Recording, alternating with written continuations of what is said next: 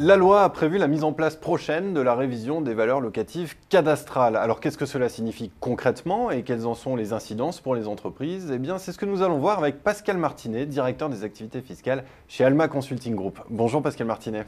Bonjour. Alors tout d'abord, à quoi servent les valeurs locatives foncières? Les valeurs locatives foncières ou valeurs locatives cadastrales sont déterminées par l'administration fiscale pour asseoir l'imposition des taxes locales que sont la taxe foncière due par le propriétaire, généralement refacturée au locataire dans le cadre d'un bail commercial, la taxe d'enlèvement des ordures ménagères, refacturée dans tous les cas au locataire, la taxe d'habitation payée par l'occupant, ou encore la cotisation foncière des entreprises due par l'exploitant d'un local d'activité. Soit un total d'imposition de près de 63 milliards d'euros, équivalent à l'impôt sur le revenu, supérieur à l'impôt sur les sociétés. Alors pourquoi faut-il réviser ces valeurs cadastrales et surtout comment seront-elles révisées? Eh bien, ces valeurs locatives ont été établies en 1970, il y a donc 45 ans, et sont revalorisées annuellement en fonction de l'inflation, avec une tentative de révision en 1990, mais sans que les résultats aient été appliqués. Il en résulte des valeurs aujourd'hui déconnectées de la réalité qui font surtout l'objet de très nombreux contentieux de la part des redevables, en raison de justifications devenues trop anciennes et de bases légales devenues trop fragiles.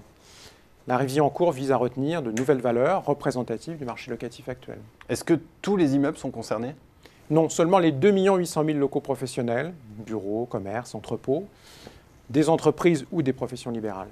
Les établissements industriels de l'ordre de 450 000 et qui sont évalués différemment ne sont pas concernés.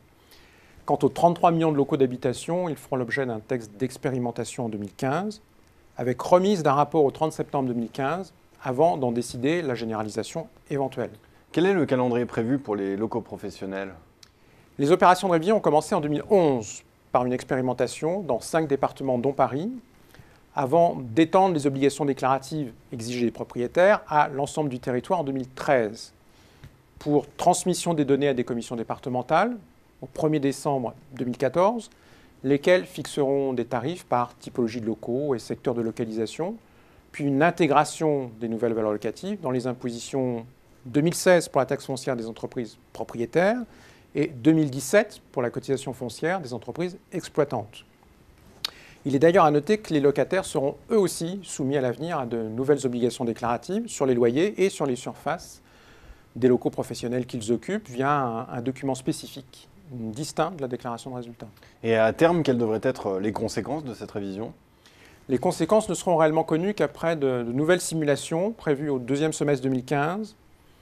Ces conséquences seront faibles les 5 premières années, puisqu'il est prévu un lissage, c'est-à-dire un étalement sur 5 ans des variations supérieures à 10% et à 200 euros. Au-delà de 2020, devraient apparaître des transferts de charges plus significatifs entre redevables. D'une manière générale, les bureaux ne devraient pas connaître de fortes variations, notamment en région. Les bureaux récents devraient même bénéficier d'une baisse relative d'imposition. En revanche, les premières simulations réalisées en 2011 laissaient présager des hausses importantes pour des locaux spécifiques tels que les hôtels ou les cliniques, ainsi que pour les commerces, notamment à Paris, dont le coût foncier pourrait s'élever au double de celui des bureaux à compter de 2020. Est-ce que les entreprises ont un moyen de se prémunir contre ces hausses potentielles?